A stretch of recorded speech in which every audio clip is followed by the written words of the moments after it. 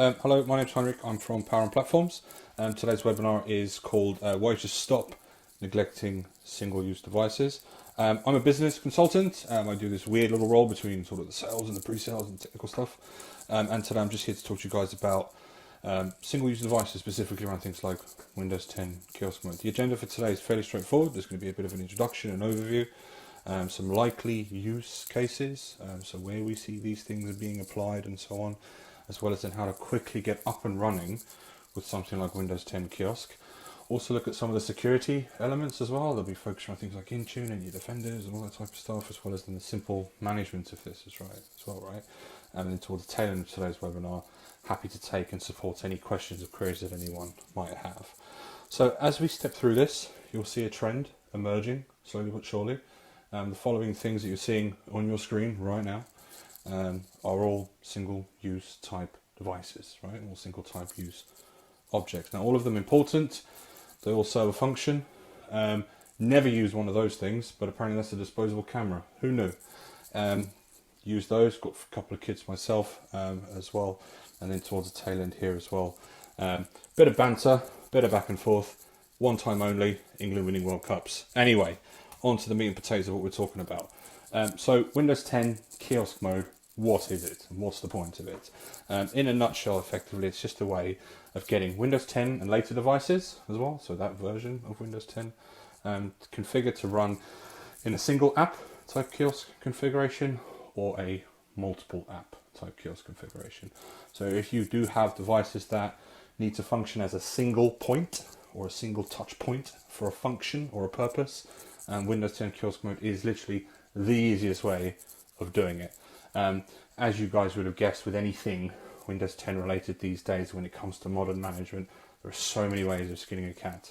We're going to be focusing on more of the enterprise grade type setup, right, with things like Intune to be very cloud centric. And there are some prerequisites as part of this, so you'll need things like YMNS, specifically Intune, we'll send Windows 10 as part of that. And then the higher the version of Windows 10, the more functionality you can look to start unlocking as we go through this motion as well, right? But in a nutshell, it's a very simple concept: one device, one app, or one device to have obviously multiple application sets as well, right? So let's really kind of dive into what we're talking about. As I said, there's not going to be a heavy amount of slides this afternoon or this morning even. So getting things up and running, right? You would have all seen things like Windows Autopilot maybe being branded around these days. Very much flavor of the month, right? I'm a big fan of kind of pointing people into sort of right direction when it comes to information, instead of kind of regurgitating anything on a slide where it's not needed. So as part of this, one of the simplest ways of getting your kiosk mode devices up and running is to leverage something such as Autopilot, right? Now, Autopilot is a sort of free capability set, lives within the Windows Store for Business framework. It's also available through Intune as well, as you guys would have known, as well as then it covers kind of a couple of sort of key use areas. There's a user-driven mode, so just for anecdotal purposes, we at PowerOn leverage this quite heavily. The sort of idea being that I can go to PC World, buy a laptop, open it up, log on, and get working fairly quickly as well, right? To get all my apps in one place. There's also the self-deploying mode where it goes through the motions and can do stuff. You'll also notice here a keyword there. This is how we've set this up for kiosk mode. The idea being that the IT team can pre-configure something fairly quickly and then just effectively ship it out for the end user or for the sort of business owner at the other end to open up that device and get it using it pretty quickly as well, right? Towards the tail end of this as well, there's support for existing devices, seldom used, ironically. So you can look to leverage existing kit. It's not always just for new kit as well. And then towards the tail end there's white glove. That's a really customized experience for people who want to obviously kind of get a bit more out of that Windows 10 configuration as well. And then there's also things like Windows Autopilot Reset, which we'll touch on in a moment.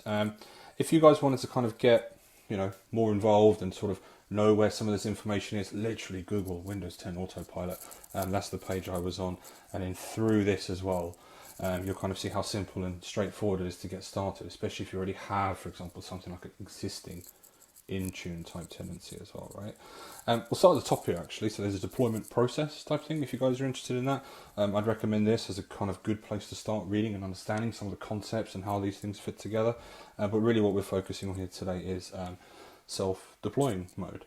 And a good place to start with this information is on Microsoft's website, ironically as well. They've got really cool little videos and snippets and so on, you know, that you can kind of go through. There's a step-by-step guide, runs you through all of the validation and so on that's happened as part of this. So I won't bore you guys massively with the detail. But let's hop into the console just to kind of see and play around and look at some of the bits and pieces we've set up that really are worth note. So as you can see here, right, we'll start with the multi-app type kiosk as well. In terms of where it lives within Intune, it's just effectively a sort of configuration profile that you assign to something like a device. Won't bore you guys with the rigmarole and all the boring clicking of, you know, the sort of buttons. I just wanted to show you some of the capability sets that's available to you, right, in terms of what you're trying to achieve. So if you do have a single purpose device, right, that could have multiple uses, something like Windows 10 kiosk mode plus the multi-app configuration is hella helpful, right? So in terms of setting up the kiosk mode, we've got a couple of options here. We've got multi-app, there's then obviously single use app, and then not configured means the actual device does sweet nothing. There's also bits and pieces here for Windows 10 and S mode, which I won't bore you guys with either, but then interesting here as well, there's the user logon type.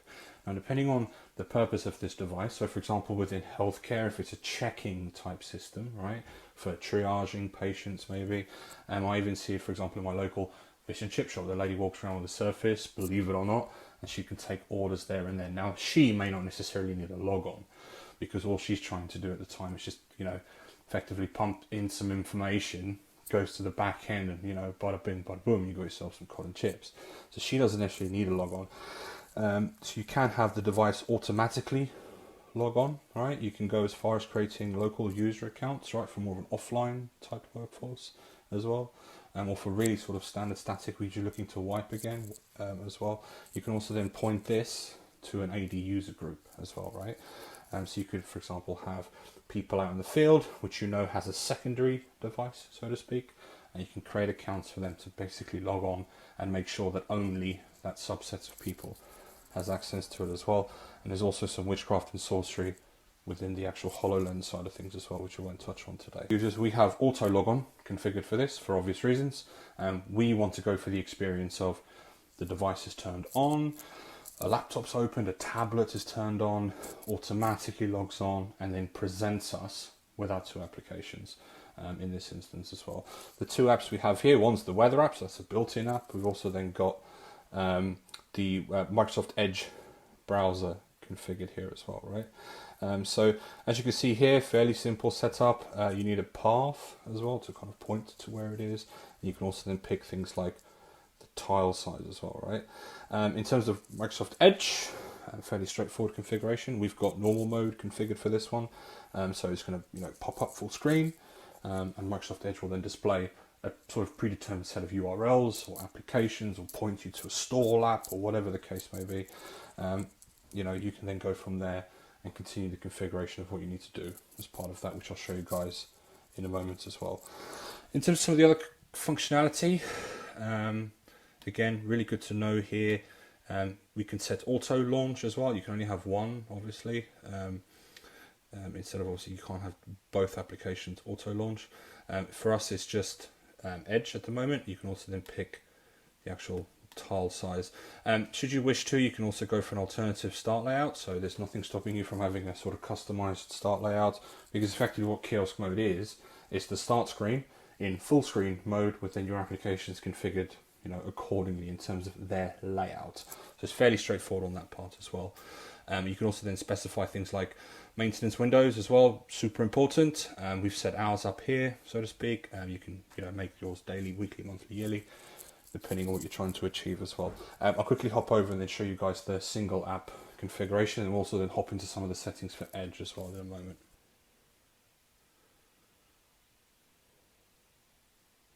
So here we have the Windows 10 single app kiosk mode configuration. Not a lot of settings going on in here.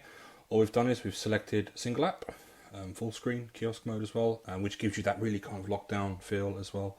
The user logon for this again is automatic, as we said. We just want that seamless experience as part of that. The application type here is Microsoft Edge, and you can see there's a slight difference here to the multi-app type kiosk side of things. You can also add things like a kiosk browser as well, should you need to do that, as well as then Microsoft Store apps as well. You'll notice that within here, Win32 is obviously missing as well, right? So just bear that in mind more than anything. And in terms of some of the kiosk or the Edge configuration that we've got here, this one's been set to private browsing as well. So we want to make sure that anything that does happen on that device happens in private and is sort of segregated and wiped from the system as well as we need to go as well. The way in which you control that is through a simple sort of device-based restriction policy within your Edge browser configuration within Intune. Some of the key settings to consider here and think about is your home screen or your home page as well, right? Quite important. We can then do some really cool stuff like stop the home button from happening, right? We can also then stop, for example, people changing the home button. We can also then have custom start pages, as well as then should someone click on the new tab button, where that goes, we can do things like allow or block pop-ups in this configuration as well. Favorites have been set. Let me just skip over that. We can block things or show things like favorites or hide them should we need to. We can pick our default search engine. So if you have a preference, mine was Google. It's the one I like, it's the one I know. So I could set that up as well in terms of some of the privacy and security that we have available for us as well. We've had here allow in private browsing. It's been set to yes for us. We can clear data on exit should we need to, unless you have a reason to keep things cached. If you have an application that caches credentials or sort of caches any app data type information, careful consideration needs to happen for that as well, because if it refreshes, then all of that information is going to wipe. We don't want to track anything, so that's been set to no. We can also allow or accept cookies if we need to. You know, that annoying pop-up that you get on pretty much every website you visit these days. Some information there as well, and there's a couple of settings we've configured on additional information. So allow the address bar drop down, you can yes or no that, and then you can sort of dictate whether that end user is allowed to kind of do anything beyond that realm as well, right? So again, sort of fairly straightforward configuration. The basic premise of this is you configure a profile for Windows. That Windows profile dictates whether it's kiosk mode for one app or two apps, and then off the back of that, you then configure a profile for the applications you want to use. In this instance, I'm showing you what we've set up for Edge to run as well. You'll also notice very quickly here that you can configure different settings for different use cases. So for the in public browser, which you'll see on the single app, some of the settings are slightly different. And then obviously for the multi-app or normal mode that we have here as well, some of the settings are also slightly different. So this is one policy you can configure across a wide range of devices or apply it quite widely as well. My recommendation for this type of thing is not to configure all of your Edge type settings within here. I would do one setting per device type, per application type where possible. It makes things like troubleshooting and unpicking things a little bit straightforward instead of going into one policy with an absolute plethora of settings. So just food for thought on that side. So what I'll do now is I'll quickly give you guys a look at what those devices look like. Just give me one moment.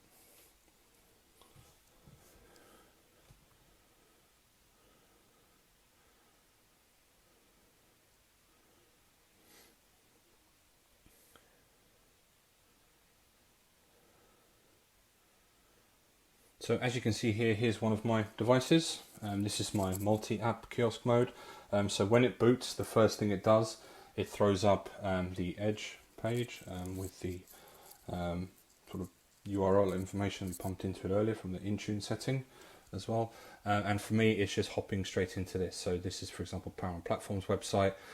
This could obviously be pointing towards any type web application you need it to. It could also then open up, for example, if we were to switch things around. In this instance, we just have the weather app here, for example. But again, you can see this is connected to the internet, and it will then launch this application and just this application only as well, right? So tonight I'm in London, It'll show you the local weather as part of that, and you can then flick and go in between things should you need to as well, right? So in terms of ease of use, as you can see, it's a fairly straightforward process. There's not a lot really to this beyond the current things that you're seeing on the screen. And in terms of that end user experience, he or she's able to log and lock nothing else other than what we kind of give them to do. So we can see the forecast here, we can sign in, you can block certain settings for this end user should you need to. But in terms of that functionality and use case, as I said, the only two things that this Kiosk device will run is the weather and then the Edge browser itself as well. I'll now show you quickly the other experience with the single app.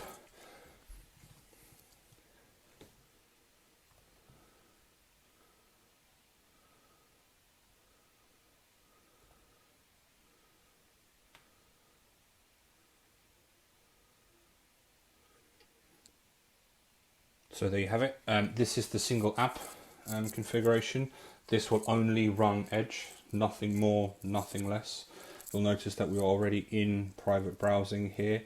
You do have the capability within this particular session to go to, obviously, you know, BBC's website should you need to. That hasn't been blocked on this. You can very quickly and very easily do that. You can just whitelist the URLs that you're happy to go to. The other thing we get asked a lot as well is, well, what happens if it's a single app? And I've got this device, this Kiosk device. I click on end session. You know, you'll see that it automatically refresh in 30 seconds anyway. All Windows will do now, it will say, actually, I'm only designed for this one purpose. I'm just going to kick this back at you, and repeat and repeat and repeat. So there's little to no chance of people getting into it from that side of things, or from a traditional sort of interaction type phase. So it's a fairly straightforward process to get this spun up in front of your end users or in front of people who need to use these, and go from there.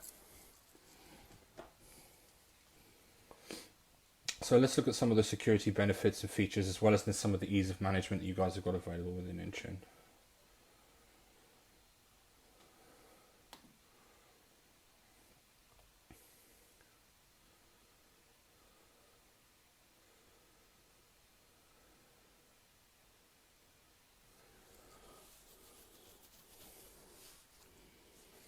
So what I wanted to show you guys here is, in terms of some of the security side of things, please don't rest on your laurels.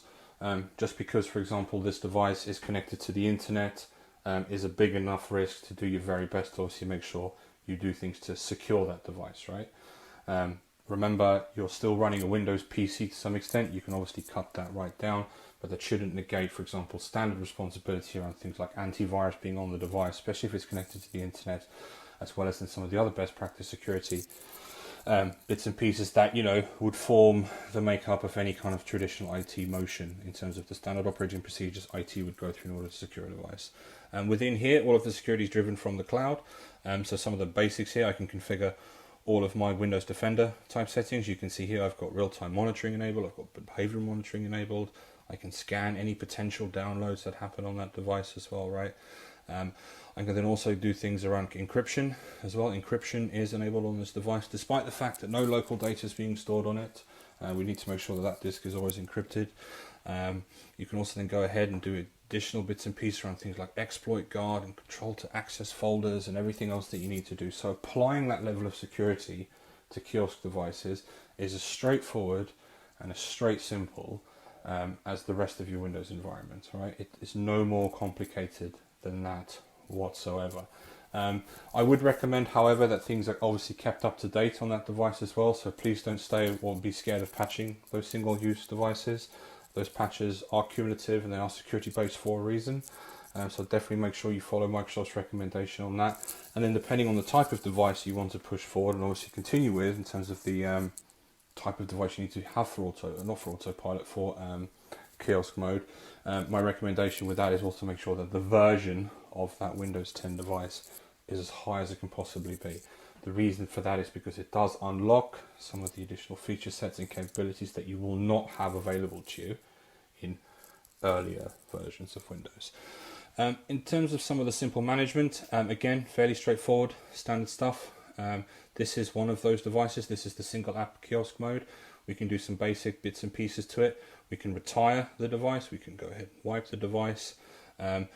We can start a quick scan on that as well. You can see here we ran one earlier this evening.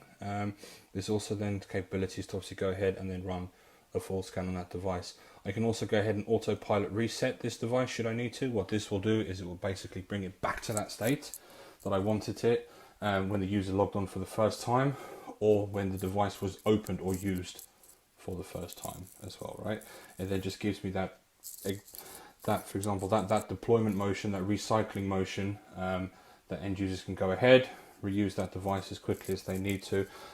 If they want to, I can also then go ahead and run a fresh start, which will basically just go ahead and set that device back to its factory settings. I appreciate there's obviously been a lot of information here. I'm trying to keep it as brief as possible and as light on the slides as possible as well. Obviously, thank you very much for your attendance. Please feel free to drop us a note, give us an email. Rihanna will share all the information with you guys after the fact as well. Thanks, guys.